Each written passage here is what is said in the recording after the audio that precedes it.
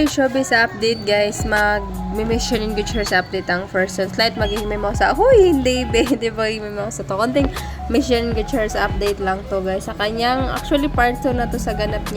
Sa ganap niya noong Ebesiban Christmas Special 2023, nakasabayan niya kumanta sina Kayla Estrada, Jenica Garcia, and Miss Shaina Magdayaw. Nasabay sila, then kasunod naman yung mga other girls, other leading ladies ng Kapamilya Forever Grateful. Then by the way guys, mamaya na pala yung part 1 sa ganap nila nung Ebesiban Christmas Special 2023 sa ano nga yun, na ginanap nga sa Araneta Coliseum guys. So ayan na nga, yung part 1 ipapalabas nila later at 8:45 p.m.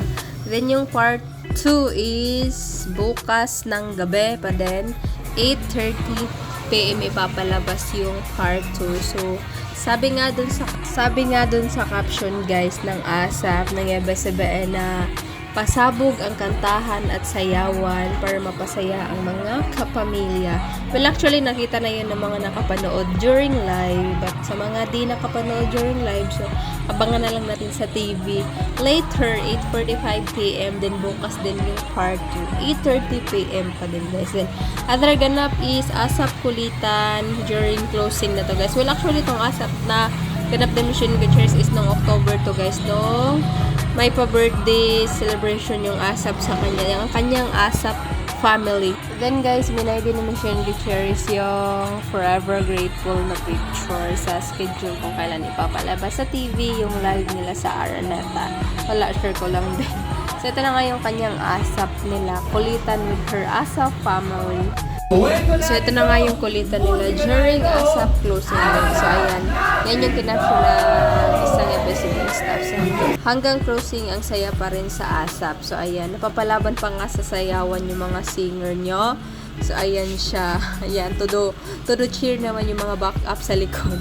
Then si Janine is, kinulit siya ni Darren guys, sumuksok na siya dun sa may likod, tingnan nyo dyan. So yan, si Eric yung next na napapalaban sa dance floor.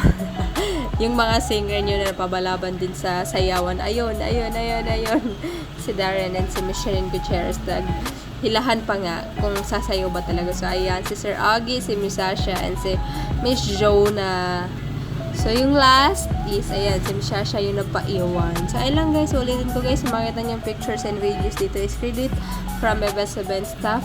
Credit sa kanya yung pictures and videos na nakita niyo dito guys. Konting Mission in Good Cheers lang po during ASAP behind the scene kulitan during closing. So, ayun lang guys, hope you guys like, share, comment, and subscribe. Love, ingat kayong lahat. So, ayun lang po. Abangan na lang natin later yung Ebesiban Christmas Special Part 1.